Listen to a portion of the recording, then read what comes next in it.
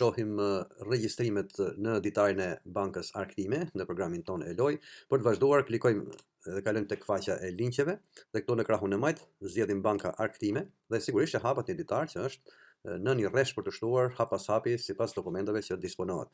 Në kolonën e parë kemi klientët, të cilët në varësi të tabelës, siç kemi thënë, ku ndodhen në tabelën analitike të klientëve, shtohen sa herë që kemi klient të rinj dhe shfaqen automatikisht në ditarin e Arkas Arktime, ditarin e bankës Arktime dhe ditarin e shitjeve. Pra këtu, në momentin që ne regjistrojmë një Arktim, zgjedhim klientët, pra kur bëhet fjalë Arktim nga klientët, jo Arktime të tjera. Pastaj kalojmë tek kolona e dytë, është data, ku shënohet data me vetëm numri i ditës. Tek muajt do të zgjedhë një nga muajt të cilët i përket dokumenti. Tek përshkrimi bëhet sigurisht një përshkrim mbi veprimin e kryer, që mund të jetë Arktim klienti e ardhur nga kurset e këmbimit të ardhur të tjera.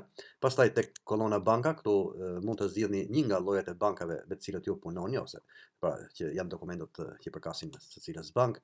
Pastaj tek kursi i fillimit vendoset kursi i monedhës, qoftë lek, shënohet 1, apo monedha të tjera, euro, dollar, pound, franga zvicerane e tjerë. E kursi i fillimit, pra që ka të bëjë me lidhjen e një marrëveshje apo me momentin që ato kanë hyrë, pra kjo valutë ka hyrë në bank. Pastaj tek kursi në fund është kursi në datën që kryhet likuidimi dhe diferenca tyre pasqyrohet në të ardhurën ose në humbje nga këmbimi. Tek kolona valutë do të zgjidhni një nga valutat, pra që ju po regjistroni, vlera e valutës që do ta hidhni. Dhe pastaj automatikisht këmbehet në lek, pra çdo lloj valute qoftë. Ndërsa tek banka Debi,